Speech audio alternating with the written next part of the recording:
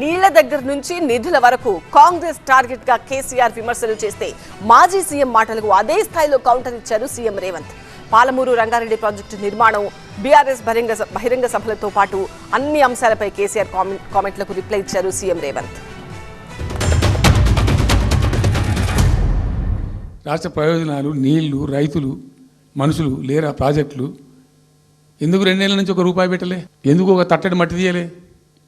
ఎవరు నిరోధించింది మిమ్మల్ని? ఎవరు అడ్డుపడ్డారు? మీకు ఎవరు కట్టేసారు మీ కాళ్ళను? ఆయన ఎంపీ అయ్యిండు, తెలంగాణ రాష్ట్రం వచ్చింది, తెలంగాణకు ముఖ్యమంత్రి అయ్యిండు, కానీ మన కొడంగల్కు నీళ్లు రానియలే, ఏ ప్రాజెక్టు పూర్తి చేయలే. పాలమూరు రంగారెడ్డి ఎత్తిపోతలు అట్లనే ఉండిపోయింది, కల్వకుర్తి అట్లే ఉండిపోయింది, భీమా, నెట్టెంపాడు, తుమ్మిళ్ళ, ఆర్డిఎస్, ఏ ప్రాజెక్ట్ అయినా తీసుకోండి, ఎస్ఎల్బిసి టన్నెల్ కావచ్చు, కృష్ణా నది మీద ఏ ప్రాజెక్టు పూర్తి చేయలే, ఏ ఒక్క ఎకరాకు నీళ్ళు ఇవ్వలే. ప్రజా ఉద్యమాలు చేస్తాం, పెద్ద బహిరంగ సభలు పెడతాం. నేను స్వయంగా అటెండ్ అవుతున్న బహిరంగ సభలకు. ప్రజాక్షేత్రంలో ఈ ప్రభుత్వం యొక్క నిష్క్రియాపరత్వాన్ని ఎండగడతాం. ఇవాళ కేసీఆర్ కూడా గట్టే మాట్లాడుతున్నాడు.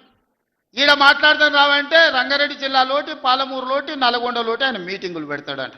నువ్వు మీటింగులు పెట్టకపోతే సంతలో పోయి బర్లను కాసుకో, మేము వద్దంటున్నామా? మాదేం పోయింది? చర్చ చేయడానికి సభ ఉంది, అర్థవంతమైన చర్చలు చేద్దాం, తెలంగాణ ప్రజలకు వివరిద్దాం. అప్పుల మీద వివరిద్దామా, అభివృద్ధి మీద వివరిద్దామా, ఉద్యోగ నియామకాల మీద వివరిద్దామా, నీళ్ల మీద వివరిద్దామా, నువ్వు కట్టి కూలిన కాళేశ్వరం మీద మాట్లాడదామా?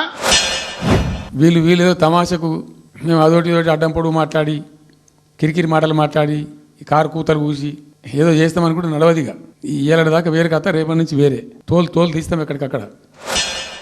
ఇక ఆయన నిన్నొచ్చి పెద్ద మనిషిలాగా మంచి చెప్తాడేమో అనుకున్నా, తోలు తీస్తా అని అన్నాడు. తోలు తీస్తాడంటేనే ఇక నేను చెప్పదలుచుకున్నా, అయ్యేగా నా సంగతి వదులు, కానీ మా సర్పంచులు వచ్చిండ్రు, రా ఏ తోలు తీస్తావరా?